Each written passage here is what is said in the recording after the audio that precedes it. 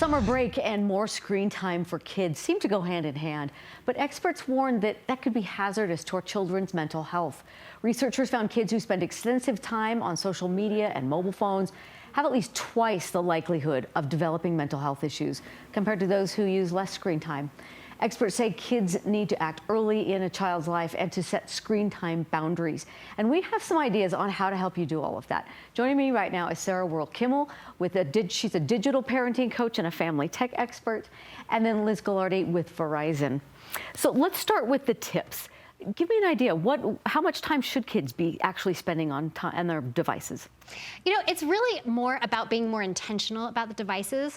When I was a kid, my grandma used to say that you can't watch TV until after 6 p.m. But now they have the screens with them all the time. So it's more about understanding what the devices can do and to be more intentional about that screen time use, and then try and limit it as much as you can. What are some ways to ensure that the content is what the kind of thing that you want your kids looking at? Yeah, and you know, I think to Sarah's point too, some of those answers just vary, right? Depends on how old your kid is, your family, and so that's why we have a whole team of parenting experts writing for Verizon Digital Parenting, including Sarah, giving us those tips and tricks. And I want to talk about some of the tips that go along with the devices, because for parents, kids of all ages are going to need different boundaries and different help.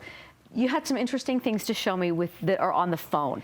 So let's show, and we've got a way to help demonstrate the resources parents have on their phone. We're going to have to unlock the phone first, but this is a good way to help screen kids so that you know their locations, so that you know how to get into what you need to see about your kid. Yeah, absolutely. And you know, the Verizon Family app is free for Verizon customers, and it really provides a lot of insight. So you know who your kids are communicating with, you know their call history, even text messages, and you can see their location, which is huge. And you know, in the summer, it's like we want to give our kids some freedom, but we also want that peace of mind. Okay, so now we've got the phone ready. Let's show, for example, let's say, like a lot of phones will do this, but within the app, show me how you could locate where your children are. Sure. So this is the Verizon Family app, and it comes with your Verizon account, and you can locate all of your kids. You can see one of my kids lives in Florida, so she's all the way out there, and then my other child is down at our house closer in Utah County. How specific? Show me, like, get down and you can narrow it down. Yeah, like I'm not going to show you exactly where we live, but or maybe I can show you where my daughter lives in Florida.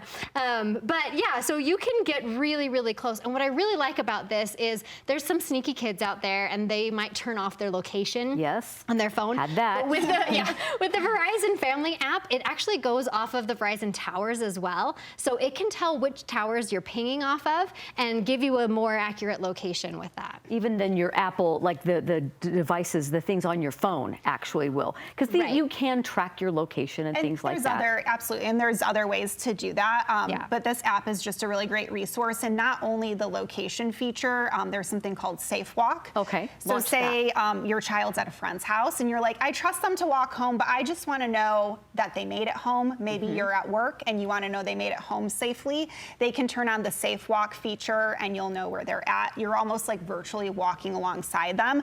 The app also has some great features for first-time drivers, some driving insights if they're speeding, crash detection, things like that. Okay.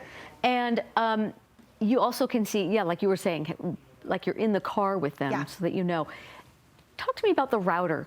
I wasn't anticipating that you could actually limit screen time through a router, not just the device. This is Sarah's tip. She's genius. I didn't know that either. My favorite thing to do, especially in the morning during the summertime, is to shut off the internet to my kids' devices. And I do that through my Wi-Fi router. And Verizon has a Wi-Fi router with their Xfinity service. And you can make it so that your kids have to come to you. I've done my chores. Okay, now I can turn the internet on for you. But as a default rule, the internet goes off at our house at 11 p.m. and that's for everybody, but you can specify it to specific devices or specific users in your household. Through the actual router. Through the Wi-Fi router. So this is the device that's like broadcasting Wi-Fi through your home. Most of the modern routers have parental controls built in. So this is another way, just another way of getting around the crafty kids. We have just a few seconds left. Talk to us about smartwatches. Sometimes you view these as a risk for your kids, but they can actually be a tool for parents too. I think so, yeah. Yeah, I really like, especially with the Gizmo Watch, you can do step counts, and so you can have a big challenge as a family and get really healthy that way, and monitor and get their location. Yeah. All right. This is just a start. We have a lot of ideas and ways that parents can get educated if they want. Absolutely. Thank you both yeah, of your thank time. you. For your time. And to Verizon.com/parenting, great resources, great advice, and to kind of start those dinner table conversations around technology. Thank you both. That's going to do it for us on this episode of Sunday Edition. Hope you'll join me right back here next week. Music and the Spoken Word is next.